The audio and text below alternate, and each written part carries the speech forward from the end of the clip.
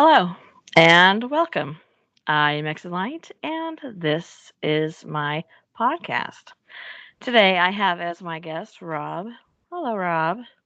Hello, Tracy. How are you doing today? I'm doing fine, thank you. And you? I'm good. What is our topic about today, Rob? Missing persons, missing people, missing children, basically people that are missing. Okay. Um, I'm going to do a couple of stories, and I think you're doing a couple of stories. Is that correct? I am, yes. Okay. Before we get started, I want to say this. If you are not already subscribed and you would like to be, please go ahead and do that now. I will wait for you. If you will go ahead and give us a thumbs up right now at the beginning, I would appreciate that too. Sometimes we forget to do the thumbs up before we leave a video, and you can always go back and unclick that.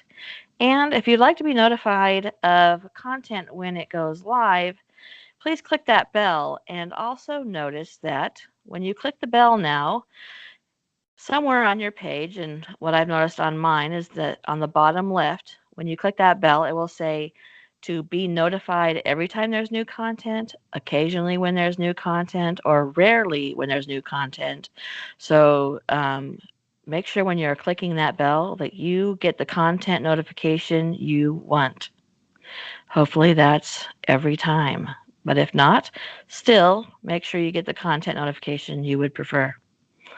And another thing is that I chose a winner of the Amazon gift card giveaway 2 weeks ago and notified them. The way are notified is that under a comment you've left, I left a comment to you.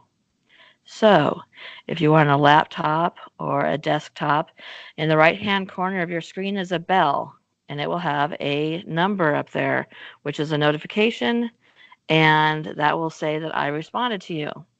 If you are on your phone, it'll probably look like an envelope. The envelope will be red, and it'll tell you how many notifications you have. My notification will be in there. So, if you could respond back to me, and give me your email address, then we can continue with this. If I do not hear from the winner in 1 week, I will be picking another winner. So everybody after that time will be able to look for their notifications from me. All right. Are you ready, Rob? Yeah, I'm just going to go and check my notifications. People might think this was rigged if you had a notification.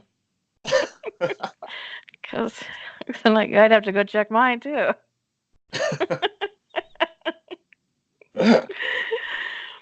All right, so we have decided that I'm going to go first. So my story is about a little boy whose name is Andy Warburton. And Andy disappeared in Nova Scotia, Canada. And he was at Tucker Lake in Beaver Bank, Nova Scotia, Canada. He disappeared on July 1st, 1986. So, what I've noticed in the stories that I found online in the reporting is that some of the information is incorrect. I watched a news story about it, like an investigative news story. So, like here, we have Dateline or 48 Hours, 2020, something like that. It wasn't just a regular news clip; it was an investigation sort of thing. And they interviewed the people involved, and their stories don't match up with the ones that you'll see online. So I'm going to change a few of these details and go with the actual witnesses and what they claim as are the facts. Okay? Yeah. So Andy's parents are Doreen and Tom Warburton, and they decided to take their two sons, Gary and Andy, to go visit relatives in Beaver Bank, which is near Dartmouth in Nova Scotia. They were staying with their Aunt Helen and the Blogger family on Tucker Lake Road. On July 1st, 1986, Andy and Gary decided to go swimming with the twins. All the information online is called the twins, but the twins' names are Nicole and it just went right out of my head. Another N name. Cool. The N name. Yeah, it's a girl's name, Nicole, and I'll get back to it. It'll come back to me.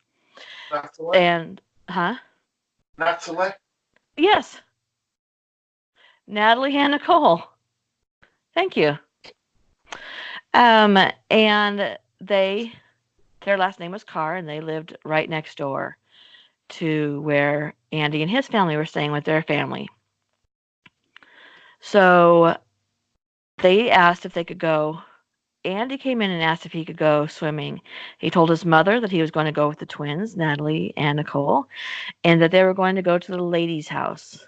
Well, I guess it was common knowledge who the lady was, and she owned property that was directly on the lake, and she had a sandy beach in front of her house, and the kids would often go and swim on her property.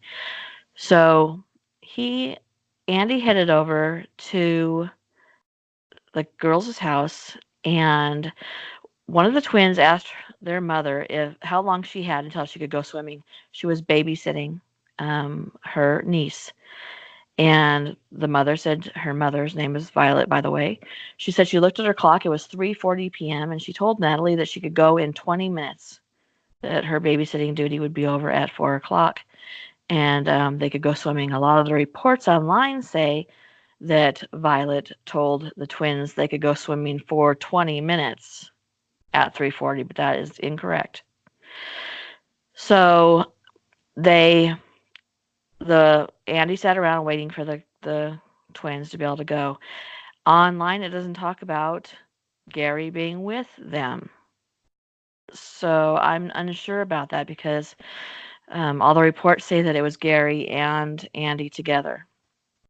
Well, Violet looked out of her window at 4 o'clock and she saw that Andy was sitting on her back porch waiting for Natalie.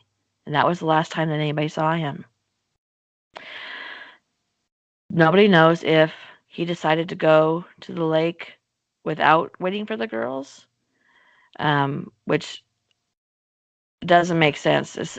If they were going to be allowed to go in 20 minutes, it was 20 minutes. They were going to be leaving, so it seems like there must have been a conversation about, like maybe the girls were going to get changed and we'll meet you there. It doesn't make sense that at the exact time that they were supposed to be leaving, he would decide to leave without the girls. So he left, and there was a path behind their home, the Carr house, that went to the lake. So it says 3 of the 4 children headed towards the lake, but Andy was delayed for some reason, and the others left without him. So maybe for some reason Andy was still sitting on the porch at 4 o'clock, and the girls and Gary had left ahead of him.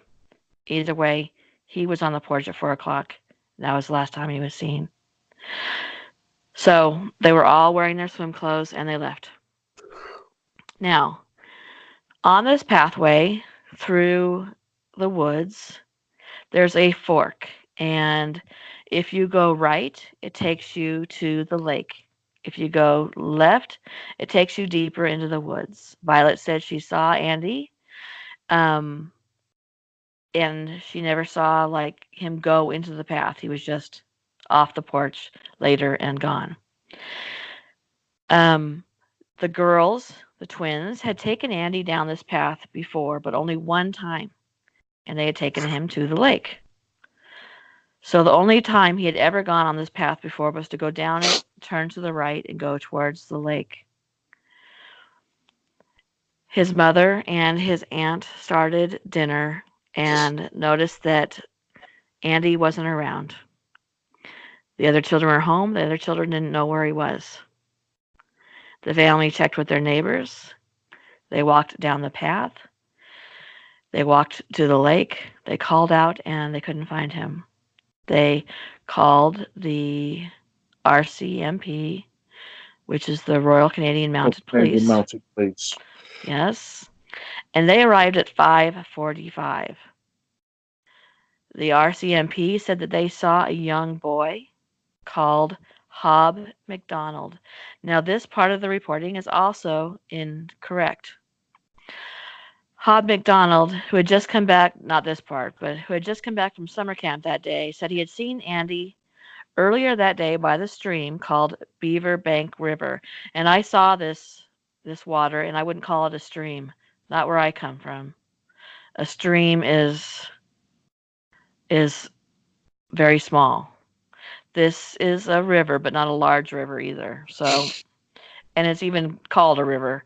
So it is a river, but it's a shallow part of the river Right. where you could walk across very easily. There wouldn't be a cause for alarm about this.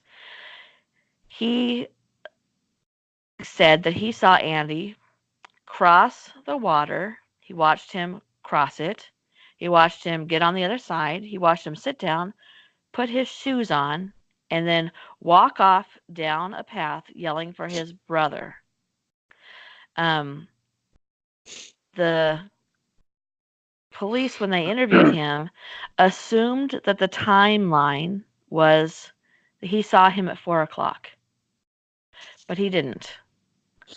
According to the reporter who was talking to him, and Hob McDonald was relaying his story, the reporter asked the question, "What time was this?" And he said it was about 2 o'clock. The police hadn't asked him the question. So, because the timeline was wrong, they assumed that Hob McDonald had been the last person to see him, this child, and he wasn't. A lot more had happened. He had seen him 2 hours before Andy went disappearing, but they based him at this river at the wrong time, which later became an issue, especially with the family, because they didn't feel like the RCMP was capable of handling such a large-scale search as was coming up.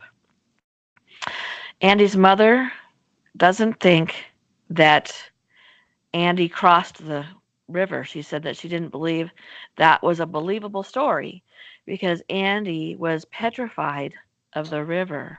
He had gone swimming in that river once, got out, and was covered in leeches. Oh. She thought that Andy would do anything possible to avoid the river. And so that is a questionable sighting, although, you know, why Hob would say something different, well, we'll probably never know. And it does seem unlikely that a 9-year-old boy who'd gotten out and covered in leeches would go back into the river when he was terrified of it. How old was Hob? Did I know? It doesn't say in the reporting, but I saw him, and he was probably 10, 11 years old. Okay. Yeah, not that old. Maybe 12. Not that old. And if he did see him at 2 and not 4, then they did see Andy afterwards. Unless the possibility is that he did tell the police he saw him at that time and told the reporter a different time. I mean, that is always possible. I don't know. We know that kids are capable of some cruel things. So yeah, it's not off the table of things that could happen, I would suppose. But we'll get farther into the thing. And so the twins that Andy had been with were never questioned by the Royal Canadian Mounted Police. And that's another thing that the family just does not understand. If he was supposed to be going swimming with the twins, did the twins leave before him? Did they leave him on the porch? Did he leave without them? Nobody knows. They were never asked. So at 6:30 that same day, tracking dogs were called in and went into the woods. They went across the river, and then they circled back. They were never taken to the lake, which is called Tucker Lake. They were never taken to the lake to see if Andy had been there or down that path to see if Andy had gone down it. Waverly Search and Rescue arrived with 100 searchers. They went into the woods, and most of them went across the Beaverbank River on Hobbs telling the police that he had seen him cross the river, all based on this child saying that he had seen him cross the river. Keep in mind his mother saying that she felt that was impossible. He would not do that. I wouldn't do it. As old No. as I am, if I had been covered in leeches, I'm not going back in there. No. So the Canadian Emergency Measures Organization coordinated the search. It was directed by a man whose name is Bernie Marshall, and it was only his second search ever in the role of being the one in charge. And he had no formal training on what to look like, such as broken twigs, patches of ground being disturbed, dirt being disturbed, anything that would suggest that there had been a fight or tussle, any kind of dragging marks. He had not been taught to look for these things. During the mid-afternoon on July 2nd, the second day, it started. What do you think it started doing, Rob? Just out of curiosity. Snowing, raining. Raining. It started raining. The temperatures dropped to 53 degrees, and it rained hard for 2 days. On the third day, searchers were looking in an ever-widening circle. There were 3 separate accounts that Andy was seen or heard north of Hamilton Lake on the Chesapeake Road and directly west of Tucker Lake. So they focused their attention of the rescue teams there. Now, they took them away from where they had been and brought them over here. Yeah. Searchers reported seeing a boy running away from them after being spooked. But these reports, and this is something that was said in the interview that I watched, these reports were possibly false, and the calling of porcupines could be mistaken for a boy screaming, or a fawn could be mistaken for a boy running away. Okay, well, I've never mistaken a fawn for a child. But I wondered, could a porcupine be mistaken as a screaming child? So, in the report on TV, they said that mating porcupines could sound like a child. And so they brushed off all these reports of hearing a child in the woods screaming, all of them, and said it was porcupines. They brushed off the sighting of a boy, said it was a fawn. So what I did is I went and found several recordings of porcupines in different stages of whatever, and one of them is what the man on the TV said that porcupines mating sound can sound like screaming. So I found a recording. Unfortunately, what you're going to hear is the guy who's recording this. He said that he woke up in the middle of the night and he heard the porcupine, quote unquote, crying. He thought it was cute. He names it as cute. And you can hear him kind of wrestling around. So I'm going to play it. And Rob, will you tell me if you can hear it as I'm playing it? Yeah. So we can know on the recording if they can. Okay, here we go.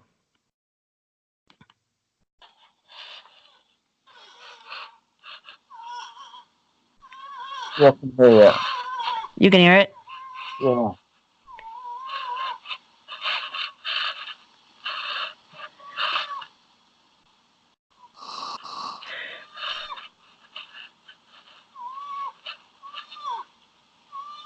Doesn't sound like a child. So that's what the police said was probably the sound that the people were hearing rather than a boy crying. Um, I I listened to several of these. I found a lot of porcupines making noises, and that's basically what they sound like. It's actually pretty darn adorable. But it doesn't sound like a 7-year-old boy to me. Does that sound like a 7-year-old boy to you? I don't. No, it doesn't sound like a 7-year-old boy, and it doesn't sound. I don't think it sounds cute either. Well, if you lived now, I know what it is now. If I heard it out there when I didn't know what it was, I would be like, "That's some creepy stuff right there." Um, but I have other recordings of the porcupines and them making their. I'll show you one more. Unfortunately, this one also has dogs barking, so you have to listen carefully to this. Um, because the dogs are. Okay, hold on.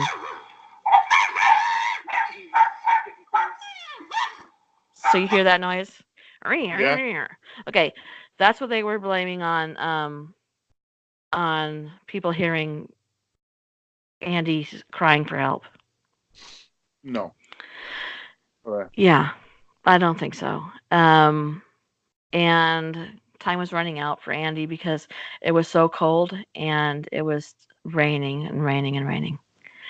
By day 5, 14 organized search and rescue teams were deployed, but they were not coordinated and were all using different maps and different radios. They weren't speaking to each other. Hundreds of volunteers turned up to help, but were often left standing around waiting for instructions because it wasn't organized. On day 7, the military were finally called into the area, and they found Andy's sneakers. Well, if they Um, weren't organised until the military were called in, it could have mhm. been destroying evidence. Mm, If they're not, yes, especially if they weren't coordinated. absolutely. Hundreds of people walking around, hundreds of people tramping the ground, hundreds of people leaving their scents. Yeah, it wasn't handled the best way, to say the least.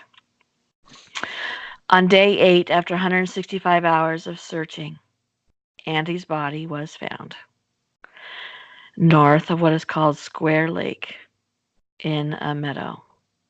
It was a 3-mile walk from the area of Tucker Lake where he was supposed to have been. The body was in an alder thicket in a gully of really marshy ground, and outside the primary search area, he was in a curled up fetal position. Oh, boy. He had bad scratches on his legs. The coroner reported that he had probably died on day 4. Oh, God. The searchers had never looked in those meadows because they didn't think that he would walk that far away. Expert trackers say that the average person leaves behind 2,000 clues for every mile traveled, from broken twigs to footprints to broken blades of grass. Yes. A team of well-trained searchers, spaced 10 feet apart, can usually pick up 95% of those clues. In Andy's case, there wasn't even one. Professor Karen Hill, a child psychologist from St. Mary's University, was asked by the Royal Canadian Mounted Police to help in this search by giving information as to how a child would behave when lost. After Andy was found dead, he was determined to do more research into disappearances and use the data to determine how a child behaves if they do get lost.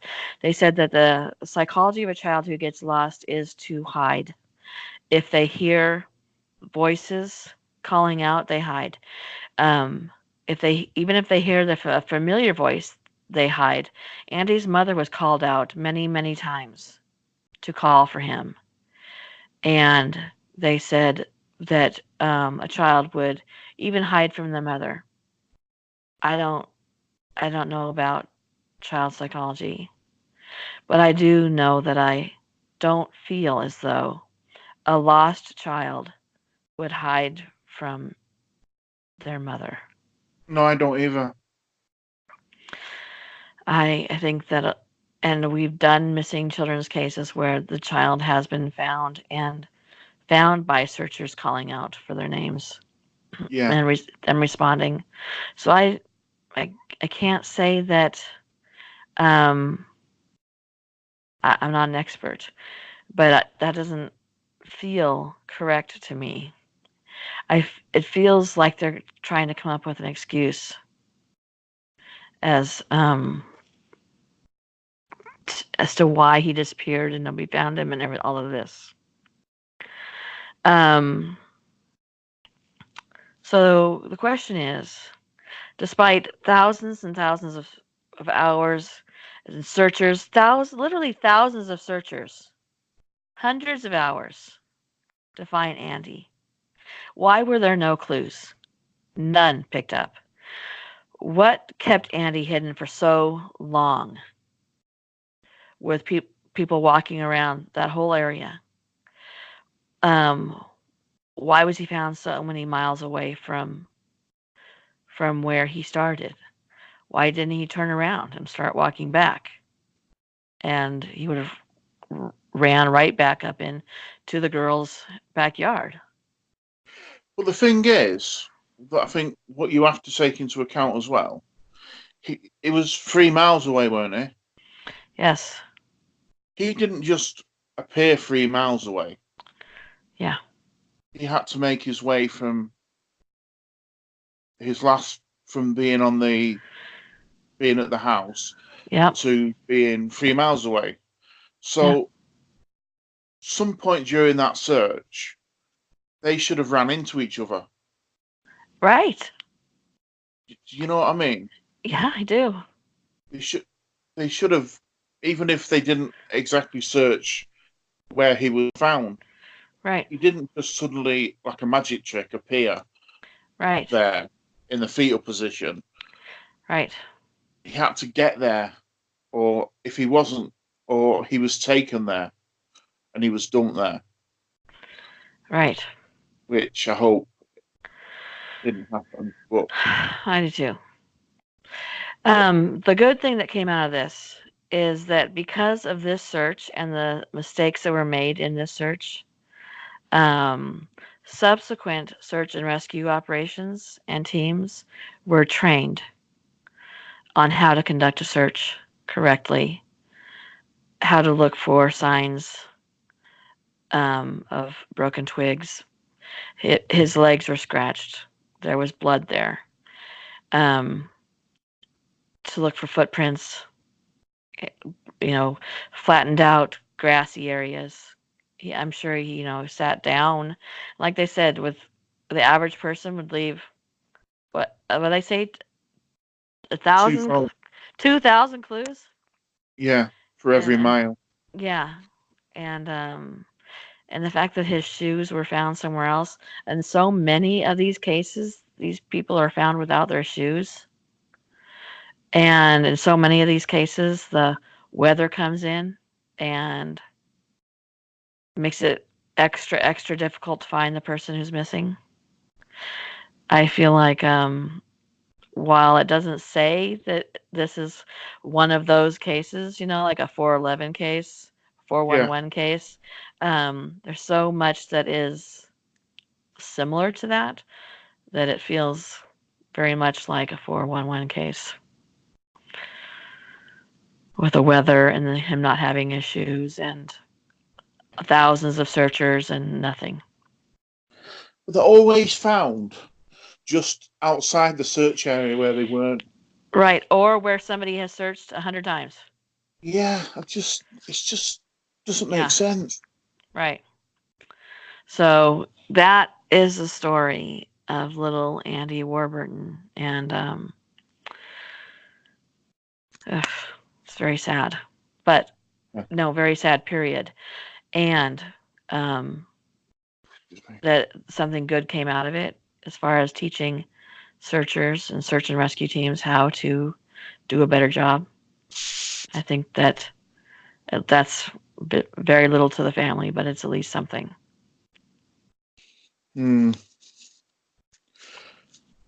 Oh, dear me. And by the way, I've never played Porcupine's Mating on this channel before, so first time for everything. The guy that thought they sounded cute,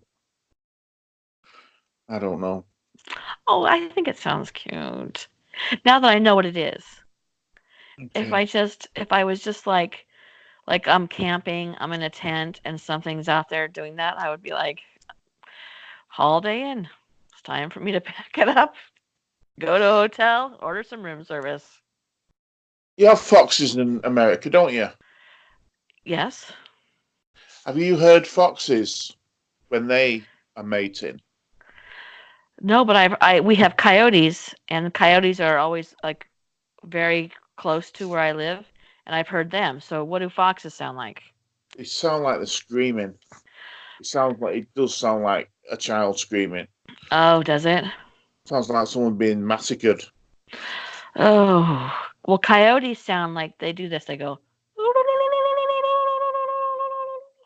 It's the weirdest. It's so weird. They call it singing.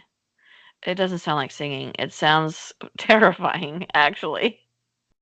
Like you can hear them getting closer. I'll have the door open, let's say in the fall. I'll have the door open so I can have some fresh air coming in, and I'm like, woo, closing the door now. That's enough wilderness for me. Thank you. I've never heard foxes. That's a good thing. I'm glad. No, it's not a nice sound. Oh, all right. Okay. Before I start, I just want to apologise. I am absolutely full of allergies, so if I'm a bit sniffly, I apologise to everybody. I'm trying my hardest not to snuffle and sniff. Yes, and I am full of allergies, and I'm trying my hardest not to sound like I'm breathing like I'm running a marathon. So, because my asthma is strangling me. So please forgive me if Rob is sniffling and I'm gasping for air. Okay, I'm going to talk about now a little girl called Sabrina. I think it's Aisenberg.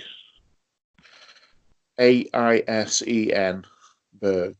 Mm-hmm. On 6 a.m. At 6 a.m. on the 24th of November 1997, Madeline Aisenberg woke up and went into her kitchen and was surprised to find the laundry room door to the garage was open. She then discovered that her 5-month-old daughter, Sabrina, was missing from her crib. The case shocked the community, and police knew they needed to find her kidnapper quickly. Investigators learned that the Eisenbergs had left the garage door open overnight, and the interior door may also have been left unlocked.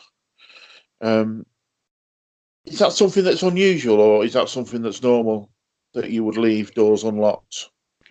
Well, some communities leave doors unlocked.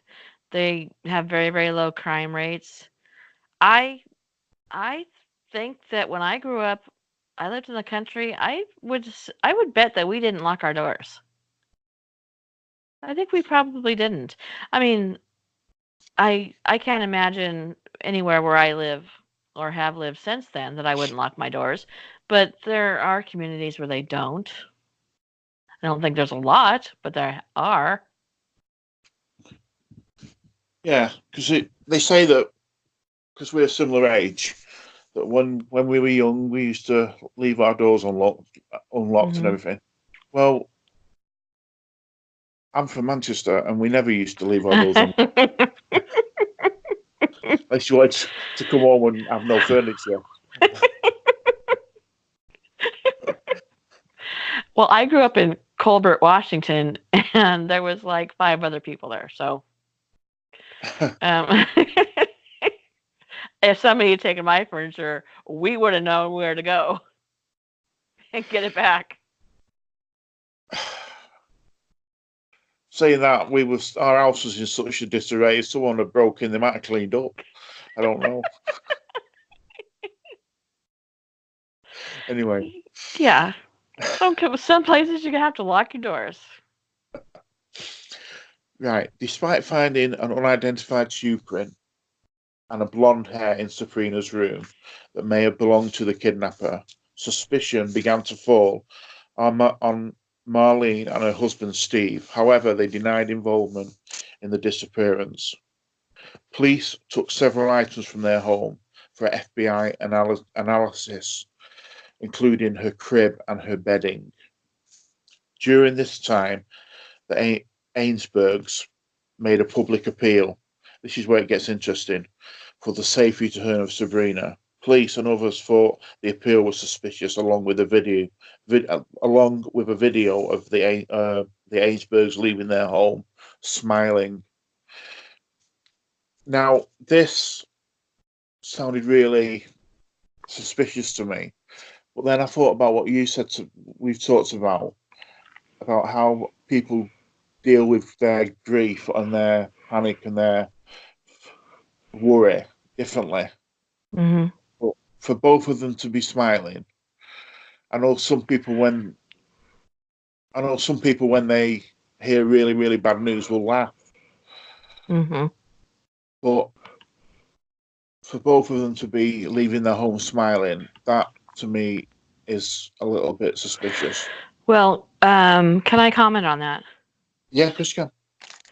They were told. They were told to show no fear. They were told to act as though they were confident that the police were going to get their child back. And the father, in an interview, said that when they walked out of their house, they didn't realize how many people were going to be there. And the person who was walking with them made a comment about it to try and lighten them up, because they weren't supposed to be showing fear, and they kind of like went as Yeah. Like as a polite, like, oh yeah, and that's when they took the pictures. He said, and took the film, and that's what it was. He said that that in reality, that's not what was happening at all. That they were instructed to behave the way they behaved, so that if there was a kidnapper, the kidnapper would become worried that they might know who they were already. If the parents appeared calm and collected. Yeah. Thank you. So, it doesn't say that. Yeah, I've seen so many interviews of the family over the years, and that was there because, of course, when they were interviewed, many times people asked them, "Why were you smiling? Don't you think that looks bad? That looked bad?" And they were like, "Well, yes, obviously, yes." But to be in our shoes at that moment, to be told what we were supposed to look like and do and act, and which is against everything in your nature, it looked out of place, and we were out of place. So, I think that's a good explanation for what was happening. And people watching it, of course, you think, oh, they're laughing. One of the fathers of a victim of the I'm going to say one of the school shootings. I'm not going to name which one. I don't want to call anybody out. He said that he went to make a statement to the press and didn't realize that they were sort of in a cocoon um, of their children had been in this violent thing, and they didn't really know that the rest of the world was paying as much attention.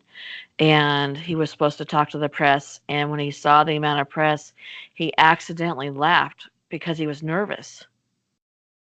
um it was one of those laughing in churches when the if you see a dead body thing. Yeah.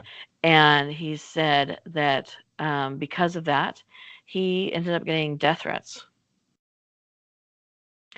uh and he said, was it appropriate? Well, of course not, but who out there can tell me what is appropriate in that circumstance, and how my reaction and how my body reacts is supposed to act. And I thought that was interesting too. Yeah. So You just sorry. don't know. Yeah, you You don't don't know. know. You don't know. It's hard. It's hard because and we're all looking at them to see if you can, especially like parents who say my child disappeared.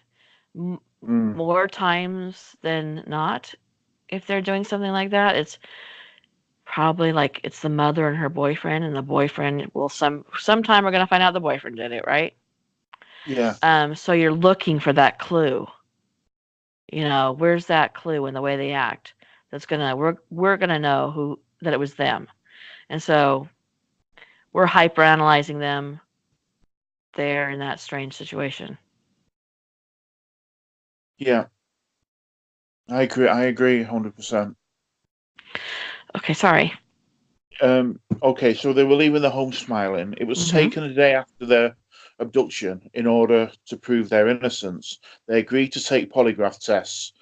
Marlene claimed that the police had told her the results were inconclusive, and they, excuse me, and they expected that because she was hysterical and crying. However, the sheriff's office, well, this doesn't make sense. The sheriff's office stated that her results were not inconclusive, and they would not publicly state whether she passed or failed. Now, are the police not able? Are they not allowed to say, or Yes, they are. they are allowed to say? Mm-hmm. So it doesn't make sense why they Mm-mm. wouldn't. But Well, I anyway, would say she must have passed, yeah, or they would have said she didn't. I never thought of it like that. Yes, they would be more than happy to say that she failed, wouldn't they? Mm-hmm. Yep. More than. I don't know if it's still the same, but I've always thought that a lie detector, polygraph lie detector, whichever one you want to call it, um, that cannot be used, can it, in as evidence? No, it can't be Or, used in evidence, but they can tell you if they passed or failed or not. I mean, they say it can't be used in evidence, but people do take it into consideration, I think. I That scares me. I feel like I would fail one even if you were asking me if my what my name is. I have such bad anxiety. I feel like I would fail one if they asked yeah, me to give them my name and address. yeah. Well, they spring questions on you, don't they? They ask you Mhm. from all the ones I've seen on TV. They do that. They'll ask you your name. They'll ask you where you live. They'll ask you where you're from. And then Mhm. they'll go drop. They'll drop like, "Did you do it?" type of thing with that. Yes. Yeah. Obviously, your anxiety is going to overtake you as soon as someone asks you that question. Yeah, That's what I'm afraid about. And then but they always say that it doesn't work that way, and I don't know. I just I don't know. I would get a lawyer before that. The problem is that like if my child was let's say my child was missing, you want to do whatever you have to do to get past it because you're the number one suspect right now. So of course you're gonna. I guess I would be like, okay, give me the lie detector test because somebody has my child. Move past me and find where the child is. So you don't have time to lollygag around and go, I'd like a lawyer first, please. And then if you do that, then they're like, well, she said she wanted a lawyer, so that was suspicious. Well, protecting yourself is suspicious, not protecting yourself, and then having them not release what the results were, that's makes you look suspicious. Yeah, everything makes you look I don't suspicious. know what the right way to do that is. Well, anyway, it's funny you should say about getting a lawyer, because soon after that, they both they hired an attorney Hmm. because they felt they had no choice I would too. since they were being considered as suspects. Hmm. The police have declined to comment on any possible evidence in the case. They claim that the Ainsbergs have not been very cooperative in it. Police have not ruled them out as suspects, but they continue to maintain their innocence in Sabrina's disappearance. Hmm. Steve and Marlene are considered possible suspects in the case. The police were the police were suspicious because there were no apparent signs of forced entry, no ransom demands. They became even more suspicious after the parents' press conference and video of Marlene smiling, which we've already covered.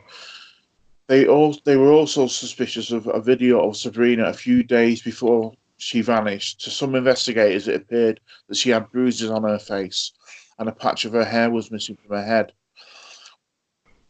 However, the Ainsbergs deny any involvement in the disappearance of Sabrina. They believe that Sabrina was abducted from her crib by someone who wanted a baby but could not have one of their own. I hope that's it. Yeah, That's what I yeah. would do to get through it too.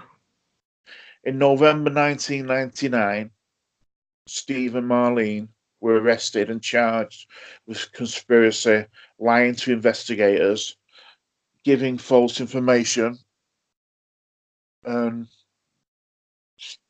hang on, giving false information about Sabrina's disappearance.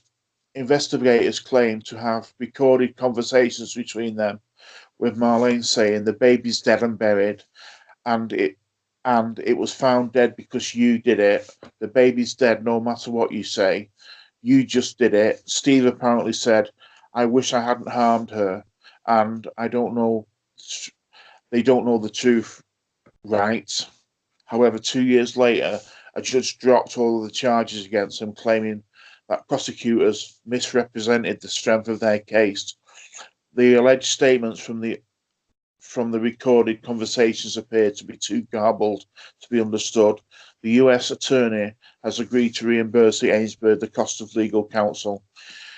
In April 2003, police began to suspect that an unidentified young girl known as Paloma, unknown, who was abandoned in Mexico 5 years earlier and being raised in Illinois, was Sabrina. DNA testing, however, confirmed that she was not the same person. Paloma remains unidentified and Sabrina remains missing. However, in 2017, a woman contacted the Ainsbergs through Facebook, believing she may be Sabrina. She said she could not find any records or photographs or documents of the first 5 months of her own life. There's been a DNA test done, but up to the research that I've done, no results have been released yet.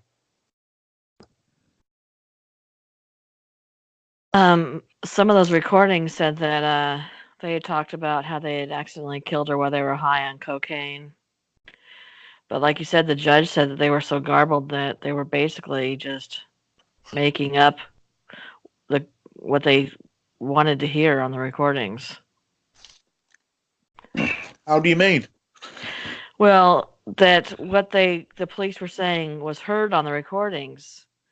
Um, it it Oh, the really, police were making it up. yes, that it Oh, really see. was. If you would hear what you wanted to hear. Okay, I thought you meant that the mum and dad No, were making up stuff just because they thought that's what the police wanted to hear because they were high on cocaine.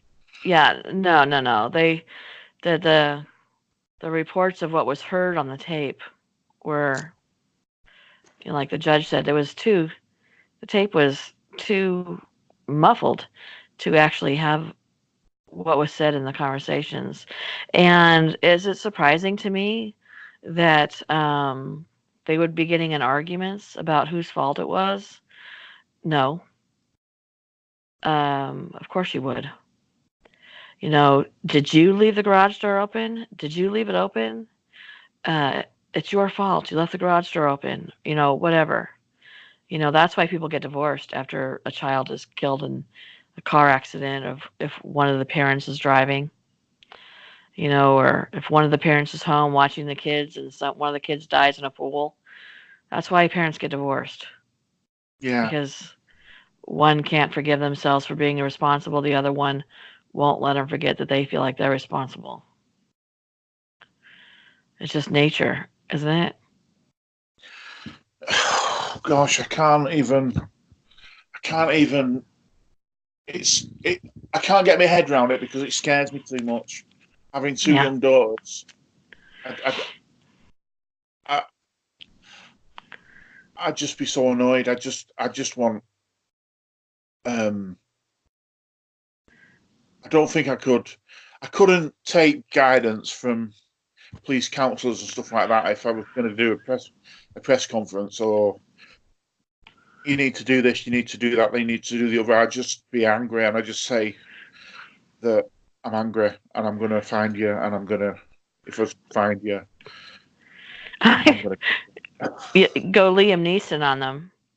I was just gonna. I didn't want to bring it up, but yeah, I haven't actually seen the film, but I believe that's what he does.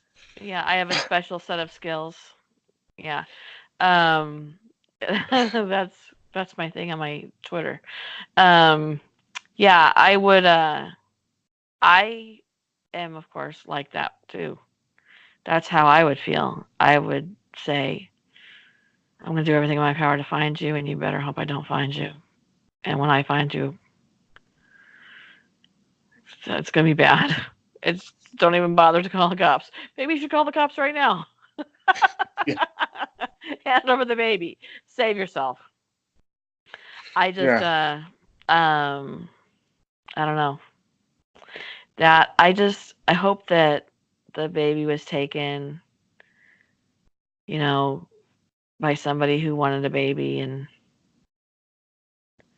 that is what happened. Somebody's taking care of a baby.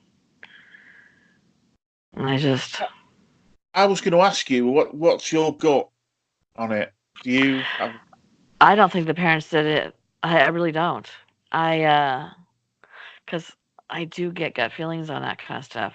I Yeah. don't feel like the parents did it. I've seen that video 100 times that they're talking about of Sabrina. I've never seen toddlers who didn't have bruises. Especially when they're crawling or trying to pull themselves up on tables. If we all got judged on our toddlers having bruises, we'd all be screwed. And the hair thing. The hair thing, Yeah. I didn't notice that. I really didn't notice that. But let me tell you something. Um, so Madison, her daughter, has a patch of hair missing on her head. And you want to know why? Because her mother, Madison's a stepmother. The mother would put ponytails in her hair, and her hair would started to come out because they'll be having ponytails in her hair too often. I did the same thing with Madison. Would put her hair in ponytails on the sides because that's what we all look forward to doing. So I mean, maybe it was something as simple as that. They were putting ponytails in her hair. I know girls in high school and junior high who play volleyball, and they have to have their hair in ponytails all the time, and it's moved their hairline back because they've lost all the hair in their hairline from having their ponytails be too tight. for so many years playing sports. So it could have been something like that. Have I ever told you about what happened with Grace? No. Well, Grace, when she was about 2, she used to mess with her hair and knot her hair and twist her hair at night. Mm-hmm. She was always messing with her hair, and she got this knot in her hair. And we tried all the products, stuff that you detangle sprays and everything. And we couldn't get this knot out, and it was a big knot. And we tried and tried and tried. We tried putting conditioner on it and leaving it and washing it, and in the end, we had to cut this knot out of her hair. Oh no! She looked like she was having chemotherapy. She got in a cat fight. Yeah, but everybody thought that we'd done it on purpose, and I'm like, no, I wouldn't have done that. But look at her hair; it looks ridiculous. I wouldn't have done that on purpose.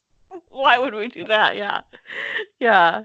So I think there's also babies they wear their hair off if they sleep on the same side of their head night after night after night.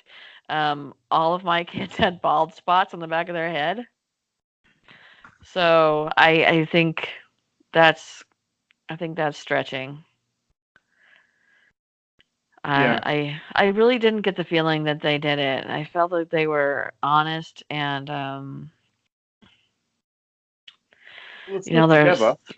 there's are they still together? I thought they got divorced. Are they still together? They seem to be. There's nothing else about them getting divorced. Huh. Well, good for them. I don't know. Divorced. They had another child. I mean, together they had another child before Sabrina. So I guess they had to, you have to, I guess at some point pull your stuff together and, I don't know, but I don't think that they did it. I don't. I could be completely wrong, but there just doesn't seem to be like a reason. Like, why would you? They had another child. They didn't do anything to that child. Nothing ever happened to the other child. They don't feel like people who just sit around their house and party on cocaine. Other kids are in bed. You know what I mean? That doesn't make any sense. And why didn't you give them a blood test? Stays in their system for a while. Well, yeah, it does, doesn't it? They could have done. Yeah, take their hair, test their roots. Yeah. Can't get away from that. So, I mean, I think it's fishy that the cops wouldn't release the results to the press. I think that means that she did pass. That they did pass. Otherwise, they're real quick to say they didn't pass. So yeah, I never looked at it like that. Yeah, you spot on there. They would have said straight away if they'd have failed. Yeah. Yeah. Oh yeah. No doubt in my mind. They're not going to keep that a secret. It would quote unquote be leaked, in my opinion. So I don't know. That was a very famous case. Like I told you, it was so funny that you brought that one up because I had just looked it up a couple of months because I was wondering, like, what ever happened to that case? Did they ever find anything? So that was interesting timing. Yeah, we have a lot of that, don't we? Yeah. And what year was this? Oh, hang on just a sec. It was 1997. Oh, yeah. So it was a year before I was probably pregnant with Maya when it happened. So, yeah, that did. And I had, a 3-year-old Madison. So, yeah, that was. The thing that I find, what they've done, from the research that I've got, they've got some pictures of her when she's a little baby. Obviously, she's a little baby. Yeah. An age progression picture. Yeah. Of what they think she'll look like when she's 18. Mm-hmm. And I just don't know how they can do that from a being a baby. Well, she has a sister, and on what I'm looking at is her sister's picture at present day, and it looks like they combined it. She looks very similar to her sister, so maybe that's I didn't. what helped them. Mm. Otherwise, I think they just like look at the mom, and I saw something. Oh, the what's her name? Madeline McCann. With her, I mean, she had siblings, but what they did was there were certain features of Madeline that looked exactly like her mother, so they just put those on her and age progressed the ones that looked more similar to her father and sort of age progressed it and tells she would look like what she looks like. And sometimes they're really, really close when if they do find them and you're like, wow, that was pretty good. Sometimes I'm Yeah. like, not so much. That's very hard. All right. Are you ready? Yep. Okay. So this one is about 3 girls who went missing together. Wow. And I was particularly interested in doing this one because, well, first off, it's in Texas, but some of the stuff happens very close to where I live. So I thought I would do this one. They are called the Fort Worth Missing Trio. And here's what happened. So on December 23rd, 1974, so 2 days before Christmas, Mary, Mary, this is what okay, I'm gonna have a hard time with this last name, guys. Please forgive me, but it's Trlica, Trilica, T R RL. Yeah, that's why it's hard. Trilica. Yeah, must be. Okay, so Mary Trilica, Lisa Wilson, and Julie Mosley went missing from the Seminary South Shopping Center in Fort Worth, Texas. They were Christmas shopping. The car they were driving was a 1972 Oldsmobile, and it was left behind in the Sears parking lot at the mall. The girls have not been seen since. Um, so what happens is this. The oldest of the girls was Mary, and she was 17. She took the other 2 girls, but through the story, I'm gonna refer to her something that's done very, very often in the South, usually with boys, but you'll have a first, middle, and last name, and they'll call the child by the middle name, not the first name. And she went by her middle name, which is Rachel. It's usually done with boys. I don't understand I understand that, but it's very, very, very common. So we're going to call her Rachel instead of Mary, okay? She was a Caucasian female. She was 5'6" tall, 108 pounds. She had long brown hair, green eyes, had a chipped front tooth, and a tiny little scar on her chin.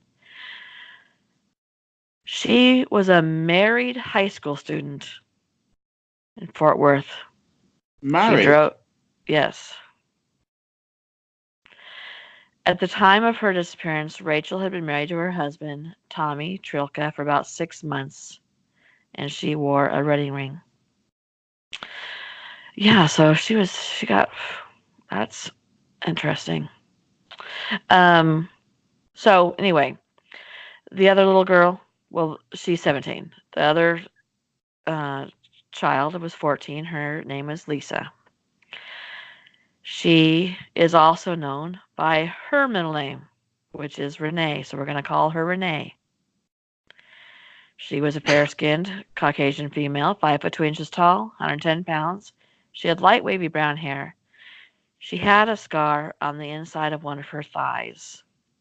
The clothing that she was known to be wearing when she disappeared was a purple kind of hip hugger pants, a pullover sweatshirt that said "Sweet Honesty" on it, and red and white shoes. She had a promise ring with a single clear stone, a promise ring.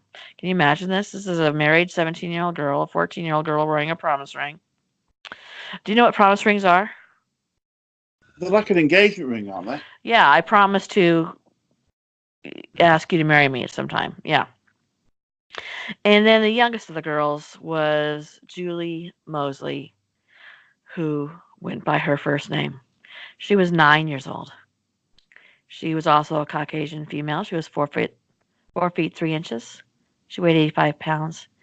She had sandy blonde hair that was about shoulder length, and she had a little scar under her left eye and a scar in the middle of her forehead and on the back of her calf. Um, I wonder if that scar on her forehead was like the chickenpox scar like I have. I'm gonna pay attention to that when I'm looking at her pictures. So, this is what happened. On the morning of December 23rd, a little before noon, Rachel and Renee and Julie went to go Christmas shopping.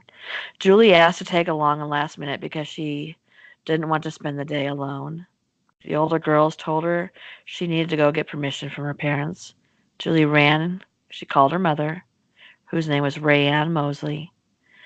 And Rayanne later recalled that she was working for an electrical contractor, and her and her husband were separated at the time. It was, she said they were in a really bitter part of this separation. She remembered that Julie called, wanted to go to the mall. She said, no, you don't have any money, just stay home. She did know Renee and her mother, but she didn't really know Rachel. But Julie kept begging for her to go and saying that she wouldn't have anybody to play with. She didn't want to be alone. So the mother finally let her go. She told her to be home by 6 o'clock. The older girls, specifically Renee, needed to be back by 4 p.m. because she had a Christmas party she wanted to attend with her new boyfriend who had given her the promise ring that morning. And she wanted the time to get ready. The girls headed to the Army-Navy store in Fort Worth to pick up some stuff that they had on layaway. If anybody remembers layaway, you would go get the things you wanted, take it to the back of the store, pay a little bit for it, and it would be called layaway, and you would come back every week until you had it paid off. So that's what us poor people did. We used to call that tick. Oh, really? Yeah, we have it on tick. Okay, yeah. So that's what they did. And from there on, they went into the mall. Several witnesses reported that they saw the girls at the mall that day. When the girls did not return home, the families started to become concerned, and they went to the mall to look for them. They arrived about 6 o'clock, and they found that the car was parked in the Sears parking garage on the upper level of the lot. It appeared that the girls had made it back to the car that afternoon because the gifts they had purchased were found in the car. The family stayed at the mall all night, waiting for the girls to come back, which they did not. When the girls did not return, the Fort Worth Police Department was called in, and the case was handed over to the Youth Division of the Missing Persons Bureau. However, the girls were deemed and presumed by the police to just be runaways. As proof of this point that they were just runaways, the next day, Rachel's husband, Tommy, received a letter in their mailbox, and it appeared that it had been read by Rachel. No, Tracy, written by Rachel. It said, I know I'm going to catch it, but we had to get away. We're going to Houston. See you in about a week. The car is in the Sears upper lot. Love, Rachel. Now, the letter was written in ink, but the envelope was written in pencil. And the letter was written on a sheet of paper that was wider than the envelope, so it had to be like folded to be put into the envelope. It was addressed to Thomas A. Trelica instead of what Thomas went by, which was Tommy, which is unusual that his wife would, like, I wouldn't address a piece of mail to my husband with his formal name on it. I just wouldn't do that. Um, Rachel was written in the upper left-hand corner, which is the return address. And on that envelope, it appeared that the person who wrote Rachel misspelled her name. And they had written an I. Then it had been written over and changed to an E in the pencil. But then it had been gone over and over and over so that you couldn't see that originally it had an I. The postmark didn't contain a city, but it did have a zip code that appeared as 76083. However, the number 3 was backwards. So the police thought that what happened was that somebody had used, one of those stamps. You can stamp your address on it. You dip it, you roll over the ink. So they thought somebody must have used that, and it was probably actually supposed to be an 8. So it was part of an 8. It is assumed that that zip code was meant to be 76038, which comes from Eliasville, which is in Throckmorton, Texas, or 76088, which comes from Weatherford, Texas, which are both so near to me, which is so far away from Houston. It's so close to me, these two cities, these two towns, that when our local weather stations do weather, they include these towns. If I was to drive to Houston, it would take me about 7.5 hours. It's going from the very northern part of Texas, not including the Panhandle, for people who know what Texas looked like. I'm not talking about the Panhandle. I'm just talking about the flat part. It's from the very northern part of Texas, north of Dallas, about an hour north of Dallas, rather than Houston, which is down close to the Gulf of Mexico. Right. So there's quite a difference in saying, I'm going to Houston, and then instead going to some tiny town. It was probably very tiny. It's still very tiny, up towards the northern part of the state. Sorry if I got you guys all lost in that. I just want people to understand just how far away from the destination this was. During the 1970s and 80s, handwriting experts across the nation examined this letter, including the FBI, who examined it 3 times. And all 3 times the results came back as inconclusive. They couldn't decide if she had written it or not. Despite receiving the letter, the families did not believe that it was written by Rachel. Well, if she can't spell her own name, I would believe that it wasn't written by her as well, if I was them. Nor did they believe that she was a runaway. I mean, consider she's also a newly married woman. Rayanne Mosley, Julianne's mother, said that, I know my daughter and I know those other girls, and they are not runaways. Judy Wilson, Renee's mother, is quoted as saying, I could have told you that night that they didn't run away. Renee was very excited to go to that party, and think about this.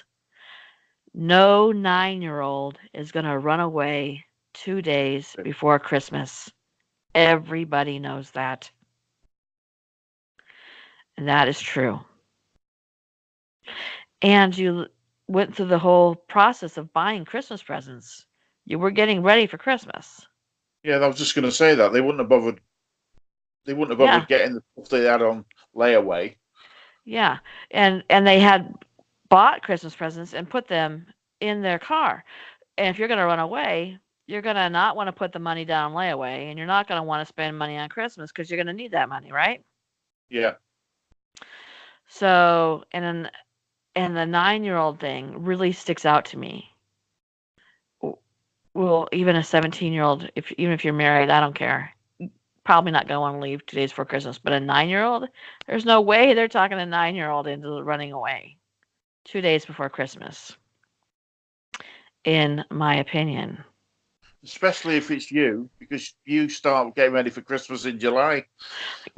Yeah, last year I bought a Christmas tree in June. So, yes, I'm not running away from now on, now until Christmas. It's got to happen between January and the end of May. Um, then I got to come back because it's Christmas season. So, Frances Langston, who was Rachel's mother, believes that the girl had been abducted. She said, "A lot of people may think they left with somebody they knew, but I'll always think until the day I die that the girls were taken." Not willing to give in, the families continued their search. They passed out flyers, and they passed them out throughout the state. They would mail them to family members and have family members pass them out. They contacted newspapers all across the country to have the story put in. And eventually tips started coming in and witnesses began to come forward. In early 1975, there was a young man who claimed to be an acquaintance of Rachel's. He came forward and he said that he saw them in the record department of a store. Remember, imagine the record department. The record department of a store inside the mall right before they disappeared. He said he saw Rachel and that they spoke to each other briefly. The man claimed that there was another person who appeared to be with the girls during the same time. After this person came forward and talked to them, there were some women's clothing found in Justin, Texas. Justin, Texas is south of where I live, south of Weatherford. And if you are out there and you wear riding boots or cowboy boots, work boots, you know what Justin boots are, and this is where Justin boots are made. Justin, Texas. It's just outside of Dallas. And when they found the clothes and they searched for them and did the DNA testing, they found that they did not belong to the girls. By spring of 1975, the families were really frustrated with the police and the way they were handling this investigation, so they decided to hire a private detective, and his name was John Swaim. Sorry. What you was going to say, John Wayne, then? No. But you know what? I got to tell you something. Where I lived in Arizona, I lived by John Wayne's ranch. Oh, one of my favorite actors. Oh, really? I mean, I grew up, with my parents. One of my mom's favorite John Wayne movies is I can't think of it. He's married to a feisty red-headed woman. There's two of those really. One, he drags up a hill by her hair, It's not the and one in set in Ireland, is it? what? There's one set in Ireland, isn't there? Yes, the Ireland one is the one where he drags the woman up the hair by the hair. Quiet Yeah, Man. The Quiet Man, and the other one's McClintock. Those are actually Oh, two of my favorite movies. that's one of my favourite movies as well. Of course it is, Rob. I've got it on DVD somewhere. Do you seriously? Yeah, Sam bought it me. Oh, I love The Quiet Man. I'm not a big fan of pulling her up the hill with the hair. I like the fight bit, the fight where they fight through the whole town. Yeah. Oh, the fighting through the hotel. Yeah. Well, that in McClintock he does a thing where they fight through a whole bunch of shops too. Yeah. Yeah. I like those. I don't like war movies, and he was in a lot of war movies. I'm not a big fan of cowboy movies, but those two movies I like. Okay, sorry. Yes, We went on a tangent. Okay, so they hired John Swaim. In August 1975, Swaim discovered that a 28-year-old man was making a string of obscene phone calls to girls in the area. This man had worked for a store in South Fort Worth where Rachel had applied for a job right before Christmas. It was later discovered that he was using his position to gain information from applications from girls or women who were applying for jobs at this store, and he would either call them or their women on their references and harass them. And like I said, they were obscene phone calls. Um, he had done this to 6 different women. He once lived in the neighborhood of Rachel's parents and moved away right before she got married. In the end, nothing came of this suspect. Nothing. Did you even arrest him for the obscene phone calls? No, I guess not. In April of 1975, Swaim went to Port Lavaca with 100 volunteers to search under bridges in the area because he had received a tip that the girls were living there or had been killed and dumped there. So he took a whole, like I said, 100 people to go look for traces of the girls, of their bodies, of their clothing, of anything, and nothing was found. A year later, it was reported that 3 skeletons were found outside of Albert, Texas. Albert, Texas is a town about the size of a needle. I drive through Albert, Texas every single time I go to Dallas. You stop at a stoplight, you go, and you're through. You're done. There was a gas station. It's closed. There used to be a restaurant. It might still be there. And that's it. That's Albert, Texas. They said that these 3 skeletons were found by an oil drilling crew. Of course, as I'm pretty sure people are aware, they drill for oil here. Mr. Swaim had the bones checked against x-rays and dental records of the girls. It turned out that the bones, however, belonged to a teenage boy who was between 15 and 17 years old and 2 other females. None of those 3 bodies have ever been identified. And I feel like that's sort of it wasn't the girls, but it was somebody's children, and they haven't been identified, and that's a very sad extra consequence. And Just sort of says it all, doesn't it, really? Yeah. In March of 1976, a psychic called one of the families and told them that the girls could be found near an oil well. For some reason, the searchers focused on a small community of Rising Star, which is outside of Abilene. By the way, I can't tell you where Rising Star is. I'm sorry. But, of course, nothing was ever found.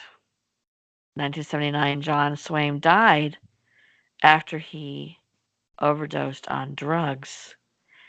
The coroner said that he committed suicide. Upon his death, and this is so weird, upon his death, he ordered that all of the files on this case be burned and or destroyed. Isn't that strange? It's bizarre. Yeah. Like, that's a strange twist in the whole thing. Why would you do that? Unless What he did found he out. know? Yeah. He found out something he shouldn't have found out. Yeah, that's what it feels like. Like, really weird that he committed suicide and destroy these files. Which, why didn't he destroy them before he died then? Or I don't did know. he It's commit? very weird. Did he commit suicide? Yeah. Did he Or actually? Yeah. Right. yeah. And here's another strange thing that comes out of this. In the spring of 1981, police investigators were called to a location in Brazoria County after human remains had been found in a swampy area. After a month of the investigation, they discovered that the bones did not belong to the three girls, but of somebody else, who still went unclaimed. So 4 bodies were found in the course of this, which is amazing, right? So And if then, I come on holiday to America, there's dead bodies fucking everywhere. yes, well, Sorry to not to play. America, but to Texas. Texas is pretty much littered with skeletal Appa- remains everywhere. yes, apparently. It's so strange. So, on January 2001, the case was reopened again and assigned to a homicide detective.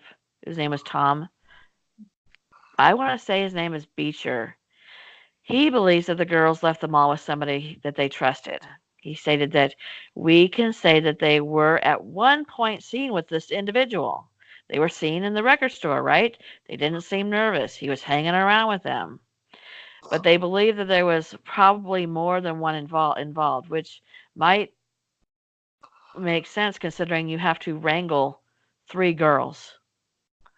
Somehow convince them to get in your car, and if they weren't going willingly, one person isn't going to manage to get 3 girls in his car, I don't feel like.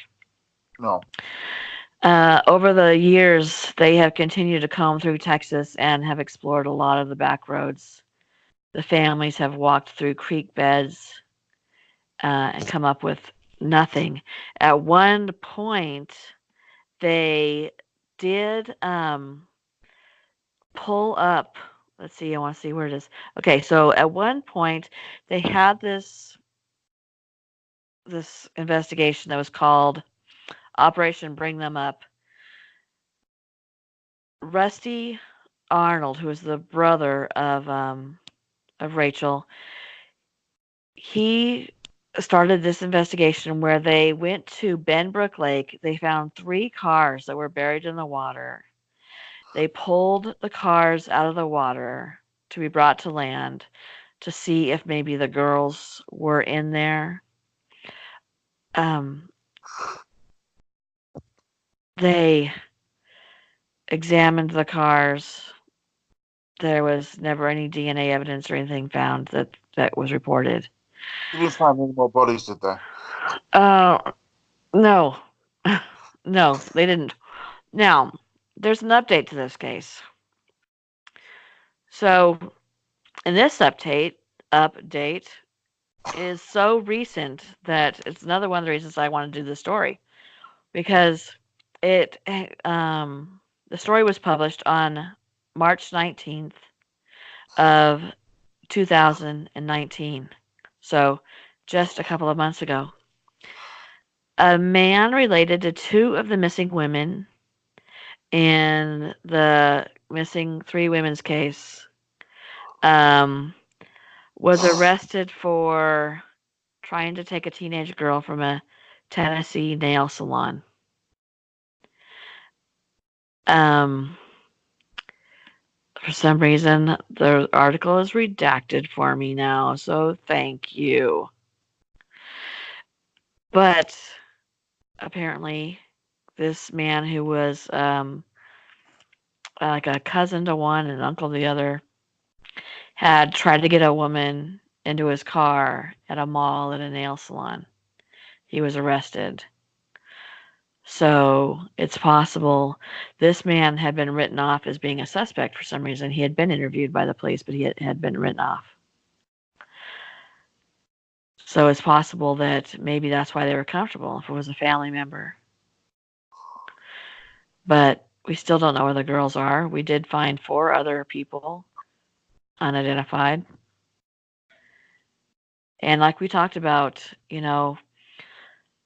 we're in Texas. Albert, Texas is not that far from the border of Oklahoma. I live very close to the border of Oklahoma. Oklahoma City for truckers is apparently the place for serial killers who also happen to be truck drivers for a living.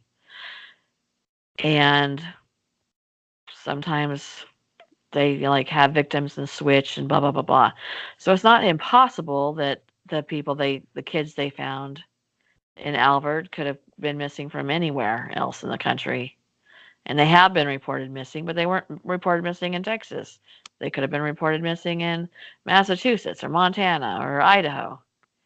So that makes it very difficult. Also, that that area is a path for truckers to go through. It is the main way to get to Dallas from up here. You know, Yeah. I would like, while we're talking about the case, if there was any information about the girls and where they could be, that all, because they're like in their 40s right now, that there would be information on also the other four people they found, especially the like the 15-year-old boy and the two people he was with.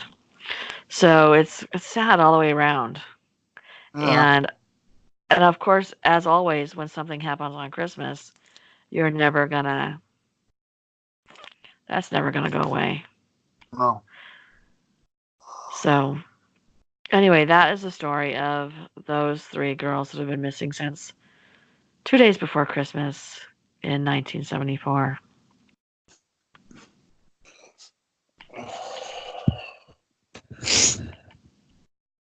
It's terrible. Yeah. I think they probably left with somebody. I think they were talked into going somewhere with somebody they knew for maybe a few minutes because, like, one of the girls had a party to go to.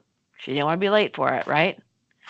Um, the the youngest girl was told that she had to be home at a certain time, so maybe they said, "Hey, I'll take you. Let's go to ice cream. Let's go for ice cream. You'll be back in plenty of time. Just put your bags in the car and hop in."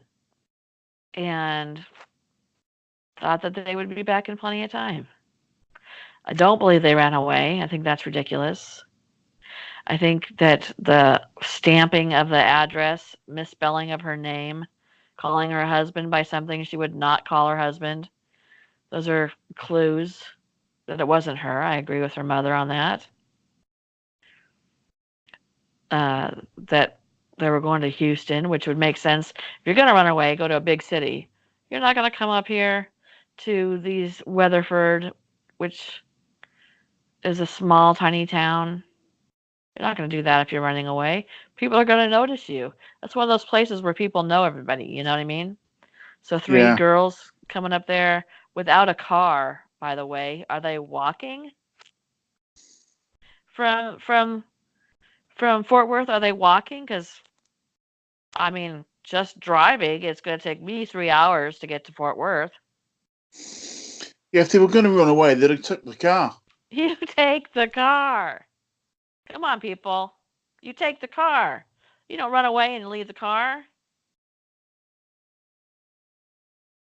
That doesn't even make sense. The fact that the police would think that they were runaways doesn't even make sense. How are they running away? Literally running to Houston? I mean, it's going to take them 4.5 hours just to drive from Houston. You think they're footing it? They have a car readily available to them. They're already going to get in trouble for running away, right? Take the car. And you don't spend money shopping for Christmas presents. You're going to need that money on your running away trip. And 2 days before Christmas, all of that doesn't make sense for running away. And I just don't understand. I don't understand why sometimes the cops, they start at, it's like the most likely scenario is they ran away based on what? Well, their ages. A 9-year-old? 2 days before Christmas? Let's think a little farther than this. Well, they ran away based on what? They left their car? I think I would have skipped running away and went straight to something happened. Yeah. I don't know. And of course, back then they didn't have cameras and all that stuff. And what about the girl's husband who received the letter? He received the letter the next day in his mailbox. I wonder if they asked him. There's more than one person involved, like you said. Mm-hmm. So there's my story. There's a show here. It's called Drunk History. And they drink, obviously, and they talk about something that happened historically that is like a famous something that happened in history, but then lesser known events connected to it and how they tied in and ended up saving the day kind of thing, right? Mm-hmm. Apparently, on a recent Drunk History, they were talking about a murder that had been unsolved for years and trying to figure out, what the clues were and who was involved. And they usually use use famous people as the people getting drunk. So, so we'll watch them. And they get drunk and they get like super like real drunk. We've seen them like pass out and then wake them up and go, okay, well, I guess we're done with the story. And then they have people act out what's being said by the drunk person and they mouth what the drunk person is saying. So, if the drunk person is saying that they were like, let's get our horses and ride out of town, they have the actor who's acting that out, like barely keeping his eyes open and be like, let's ride out of town. And apparently, one of the people who were doing Drunk History said, what about this? Maybe this is what happened. It ended up being investigated. That person solved the murder. It's crazy. Right? So I was like, yeah, if you think outside the box, maybe give some people some alcohol. But the police were stuck in this one direction, and that person, she was like, well, what about this though? And she solved the murder. Not too shabby. So maybe someday, Rob, maybe you and me, the people who leave comments, will figure this out. Maybe. Stranger things have happened. Strange things have happened. All right. How long have we been going for? About an hour and a half. Okay. Are we okay? I hope so. Let's go for it.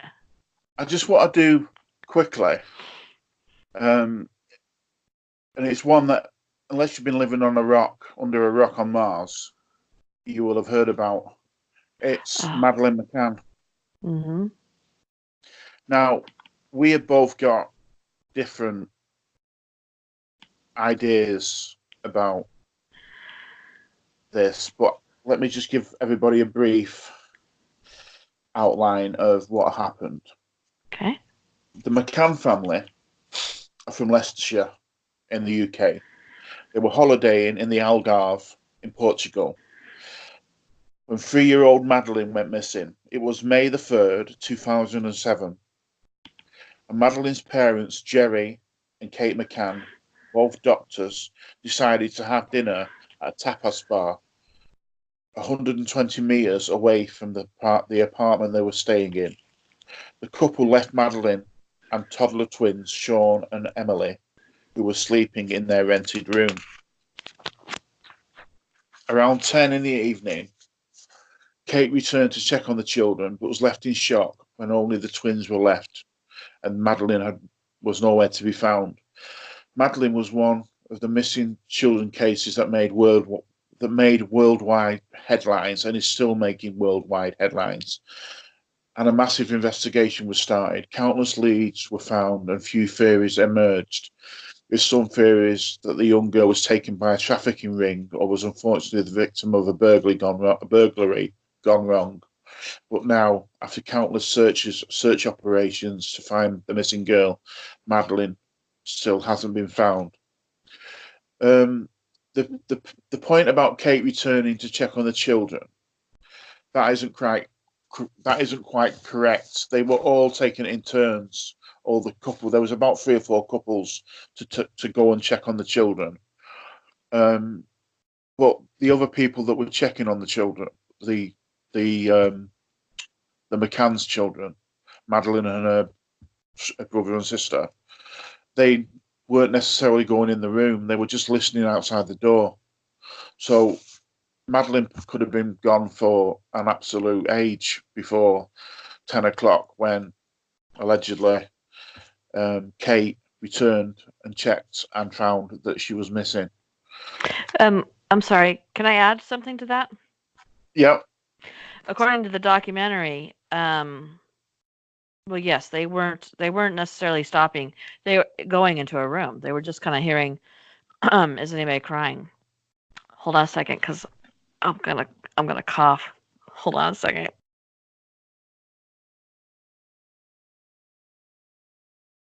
Asthma. It's awesome. So, one man did go into their room though. He went up to the room that Madeline was in. He said that the door was mostly closed in the room. He heard something rustling in there. He thought it was maybe the babies moving around. Maybe Madeline was moving around. He noticed that the light from the window was coming in, and he hadn't noticed that earlier. He thought that maybe one of the parents had opened a window for some reason. He ignored that. He waited until he didn't hear any more noise, and they walked out. And that was the one person that did check, and it could have been the one person that was actually standing there when she was taken. Yeah. Okay. That's it. We both watched the documentary. There has been so much time and so much money spent on this little girl. The Portuguese police pretty much weren't equipped to deal with looking and searching for this. They weren't equipped to do handling an investigation of this size, in my opinion. When the British police went over to Portugal, I don't believe that the Portuguese police were very cooperative. I think they felt a little bit that their noses were being put out of joint a little bit. That's my interpretation of the video. Myself and Tracy have 2 different outcomes to this. Suspicion has nearly always fell at the family. Kate and Jerry have handled this terribly, in my opinion, and I'm trying to choose my words, Trace. That's why I believe that they had something to do with it. And I know after watching the documentary made me feel that definitely had something to do with it. And I know the documentary left you feeling, after we talked about it, and me saying to you that they'd definitely done it, you sort of feel differently, don't you? Yes. Yes, I do. Well, it was funny because I sent you a text message and said, all right, they didn't do it. They didn't do it. And you wrote me back and you were like, they did it. And I was like, oh, okay. So, yeah, we came to different conclusions, which we're going to actually do a podcast about. Yeah. Because I'd like to dig deeper into why you came to the conclusion that you came to, and how I suppose when I started, I was leaning towards where you are. But by the time I got done, and I still was leaning through it towards a lot of the documentary, but then by the time I got done, I was completely in a different position, which, by the way, I love that about documentaries. That's why I watch so many of them. I love going in with sometimes I have a black and white opinion and I can come out and go, well, I'm in a gray area. Or I go in with a white opinion and come out and I'm like, well, I'm in the black area now. Um, you didn't have that. You were like, I'm going in and this is a black and white area, and you came out and this is a black and white area. And I had a way different reactions. So I love that about documentaries because they affect people in different ways. Yeah. I mean, the fact that it says the tapas bar was 120 meters. The McCanns are trying to say that it was in their line of sight. Now, it wasn't in the line of sight unless they had X-ray vision, because there was lots and lots of things in between her, including a swimming pool. They were able to observe the apartment, and whether they did it or not, I can't understand how you just leave your children in. I mean, we both got children. How you just leave your children, because I couldn't do that myself, and just go and have a drink and a meal, and I would have just said, you go and I'll stay tonight and I'll sit with the children. Yeah, I think we both agree on that we wouldn't have felt comfortable doing that. And I don't know if maybe they felt comfortable doing that because there was a large group of them who traveled together. And everybody else did that with their children, and they were all in the same building. So maybe that made them feel safer. I don't know how they ate dinner with one person getting up every 15 minutes. It must have been like you couldn't even hold a conversation. It must have been crazy. Um, and to get up every 15 minutes, somebody to get up every 15 minutes seems like a ridiculous arrangement. Why don't you have the dinner brought over to tables set up outside of your villas?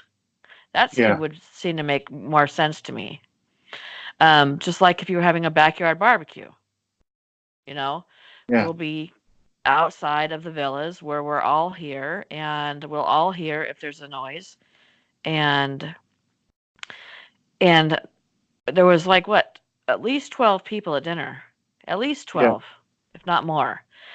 And one getting up every 15 minutes before right when the other one sat down, that doesn't even make sense. That kind of arrangement is just not worth it to me. Just can't we like, and they had babysitting. These aren't people who are poor. No, they were both GPs. Yeah, and all their friends were wealthy. They Yeah. had babysitting available to them to use as a group or individually. So they could have had their own babysitter in the McCann home and, whatever, the Joneses' house, or had them all stay in one villa with a couple of 2, 3 babysitters. They had that option. They said no. They said we'll leave them alone, and they had a standing reservation at this restaurant, which nobody else was allowed to do. It was against the policy to have a standing reservation, but they let them do it because there was so many of them, and that's a lot of money we're talking about. And one thing they did do was on this standing reservation, the reservation book was kept out on a podium every day. And written next to their names was standing reservation, no childcare needed. They'll leave the children in the villas. So anybody could have seen that between 7 and 9, this table was booked, or 7 and 10. This table was booked. It was booked by all 12 families. All 12 families declined childcare. And anybody could have seen that and saw that as an opportunity to take a child. So that is weird to me. The fact that you would book it for 2 or 3 hours is weird to me. Like, let's say you're going to leave and you're going to leave the kids there. Like, my stomach would start feeling like sick at 25 minutes, that I'd been gone too long. But I did still come to a different conclusion than you. I do think that they put themselves in a position which could have been easily avoided, and unfortunately, their child paid for it, is paying for it, will pay, I don't know.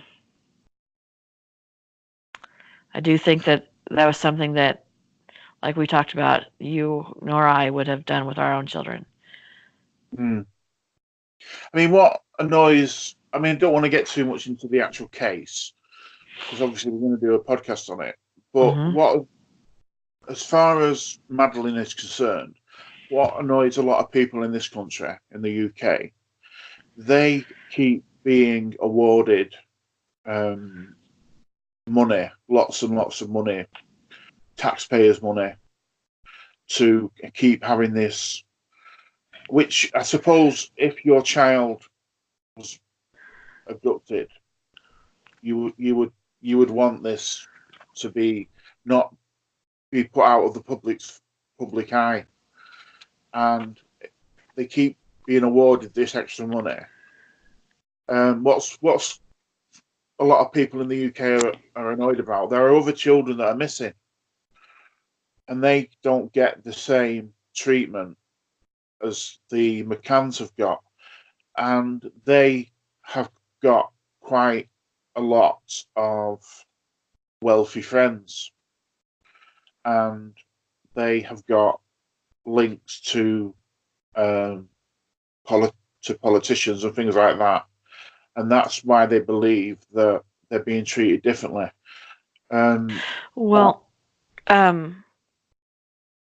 At the end of the documentary, towards the end of the documentary, which you didn't get all the way through the documentary, there is an explanation for that.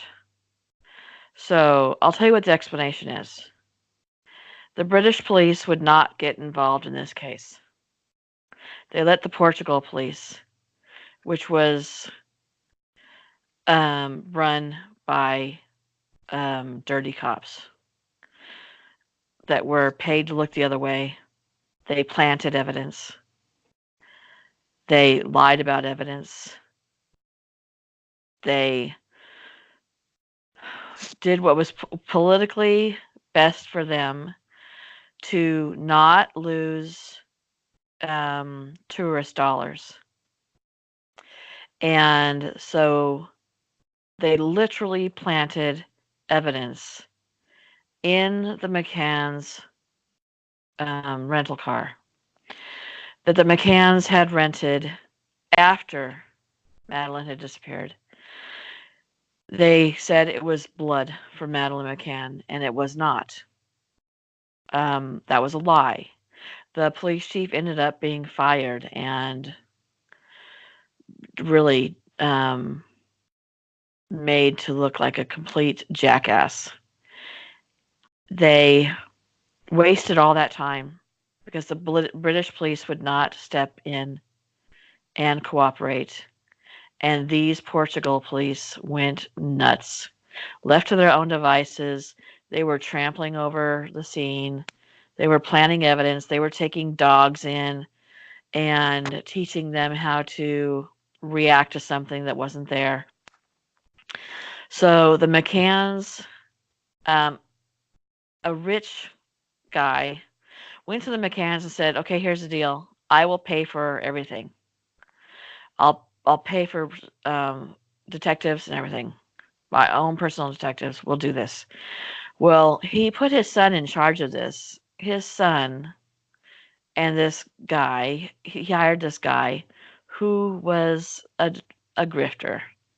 He really, really milked them, this man, for money and pretended that there was leads, that there wasn't. They were begging the British government to please step in and help us. And finally, they spoke with the prime minister, their lawyer. They laid down the information, they laid down the facts, they laid down that because the British police, the British government, refused to act on behalf of a British citizen, that it it lost they lost all ability to track down where Madeline McCann would have been taken had she been kidnapped.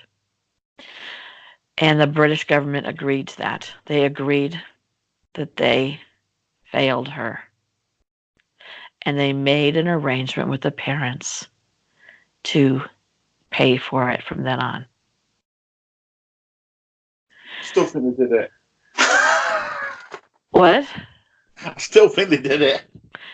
Well, I'm just telling you, that's why they pay for it. Yeah. That's why they pay for it. And they're not, obviously they're clearly not coming out and saying that is why. But I listened. I mean, at the end of the documentary, they are talking to the people in the government and asking them. And this is why the government's paying for it. Because they did have to take a lawyer and say, because of you not stepping in for one of your citizens, it doesn't matter if she's a child, she's a British citizen, you had the ability to come in and run this investigation and you refused. And you let a corrupt government run it instead. You owe us. And they agreed. Okay. So that is why they get the money. Now, you can still not agree with them getting the money. You can still say there's other missing children. They're not getting money. That's still a viable argument. I'm just telling you why they get the money. So, it is true that it would be nice if every missing child got that same amount of money spent on them, right? Millions and millions and millions of dollars. Yeah. So that is a viable argument that you made. And how long is this agreement supposed to last? Yeah, I don't, she'd be what, 20 or something now. So that's been a long time. Yeah. So, or she's 15. I don't even know, 15, 16. She was 3 years old in 2007. Okay. So 2017, that's 10. 17, 18, 19, 10, 11, 12, 13, 14, 15, about 16, 17. 16, yeah, 17. So, I don't know how long the British government keeps spending millions and millions of dollars on it.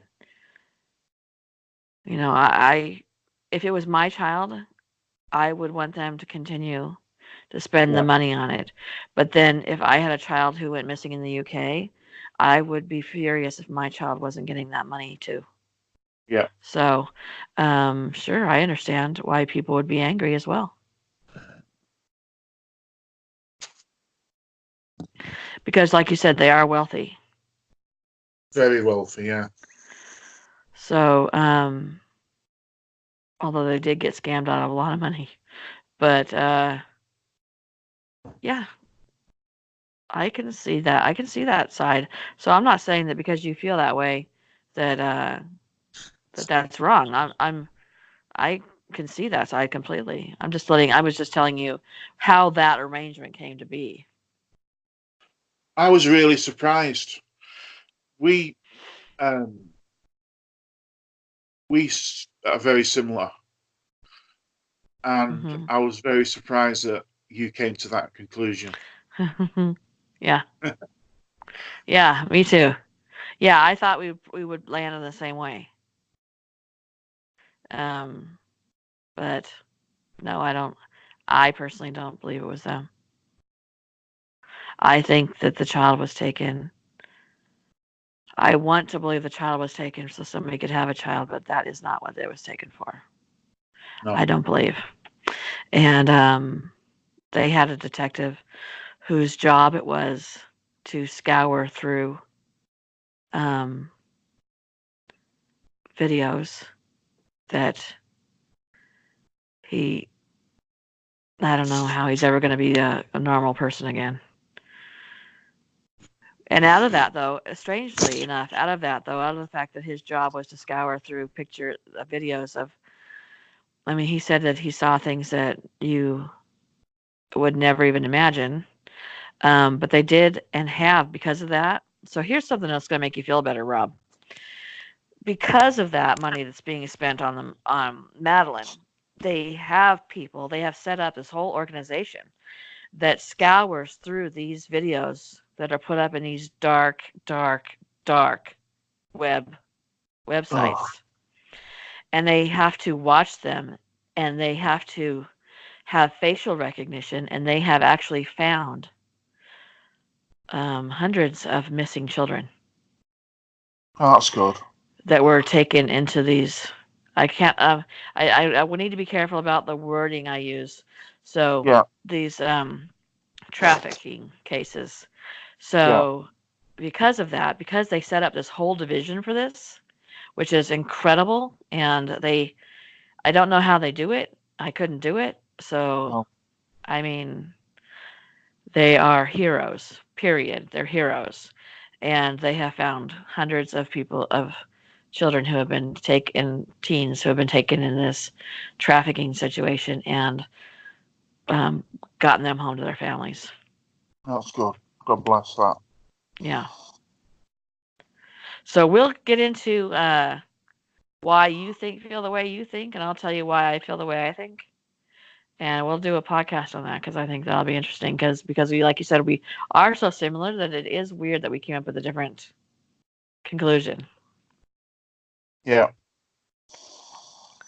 definitely. Is there anything else you wanted to add? No, that's I think we've covered everything now. I think we've covered everything. Well, thank you for doing this with me. Not a problem. I The pleasure appreciate is it. always. I'm gonna give a little update on the Exit Light baby. He is doing well. He is over 4 pounds. He is a little ginger baby, which no one saw coming. He is has his own personality, which is grumpy old man, and I get to see him pretty soon, so I'm pretty excited about that. And he's very handsome, if I do say so myself. I So, forgot to tell you that somebody brought a newborn into church yesterday. oh yeah, One of the lady's daughters had a little boy, and he was born. I think he was 10 pounds something. whoa. But he's lost all that weight really, really quickly. And he's about 2 weeks old. They put him on the treadmill, did they? You wouldn't tell. You couldn't tell he was over 10 pounds. But yeah, I've not seen a newborn for ages. Oh. Well, I see a newborn on a daily basis, and he's pretty small, but he's also very bossy. He's in control. So yeah, I thank everybody for who's leaving me messages and asking about the Exit Light baby. He's doing very well, and we're all excited that at some point he'll come home, and we don't know when that is, but we're very excited that he's doing as well as he is. So thank you for asking. I appreciate it. I really, really do. And Jory really, really appreciates it too. And he's obviously very busy. he's working full time and then spending whatever time he has at the hospital. And so I'll tell you for him that he does appreciate it so much. And again, if you are not subscribed and you would like to be, please go ahead and click that button.